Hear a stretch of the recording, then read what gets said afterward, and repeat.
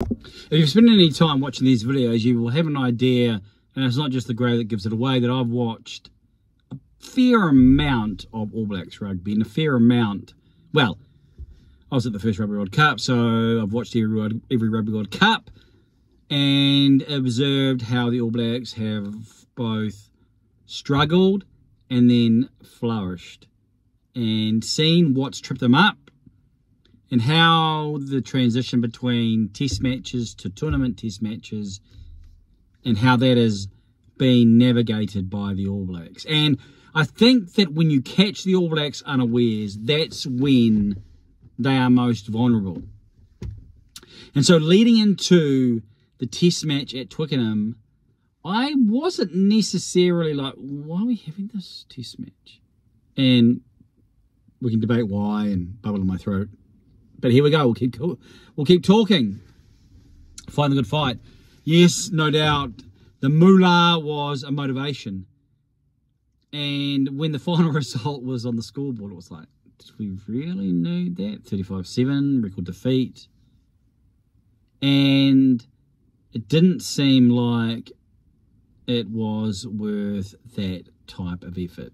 We can analyse it. We didn't analyse it. I looked at the first half a lot, and you could see, well, what happened, and the final, I guess you could say, the final markers of a contest, which are the scores that are on the board, didn't necessarily tell a full tale, and so I was comfortable with that. And as I began to have further distance, it sort of sat with me that if the All Blacks are able to finish Rugby World Cup the way that they want, then invariably or potentially they'll look back to that contest and say that's the reason why. You see, if the All Blacks had have gone into this final with the Springboks on the back of Mount Smart Stadium, they would not have been, or they will not be ready for what will be.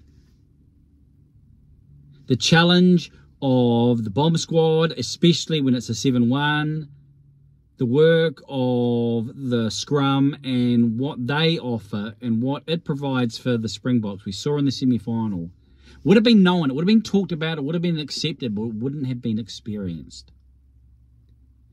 And if you catch the All Blacks once and you catch them unawares, then you can do the business. And it's happened in the Rugby World Cups. It's just a moment. However, if they're ready for what you're about to bring, even though, of course, there are going to be wrinkles, crinkles, cuts, deletions, additions, they're prepared, especially a team that's young in certain parts.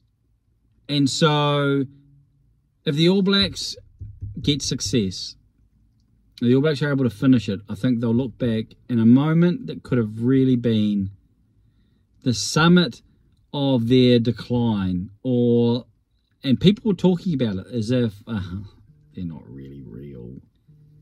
They're just, you know, what 2023 was looking like and what it's become, and they were put and shown up for the frauds that they were and that they are. And then France flowed on, and so they're under the radar.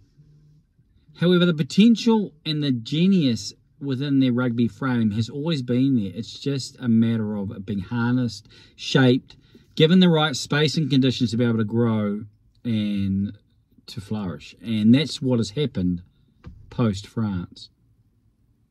And what has led to that, not only what happened in 2022, but Twickenham would be the representative example of a wake-up call for them in many ways about how they must play, where they must be better, and how they must be able to put together a victory. And so it's interesting that now they have a second shot, and you fool them once, fair play. If you fool them twice, then, or you get it over them twice, then there is something that needs, well, it requires a certain amount of analysis or reflection or greater reflection. I think that's where the All Blacks are, and that's probably why they why there is a confidence there, and why there is a peaking belief. They're peaking at the right time.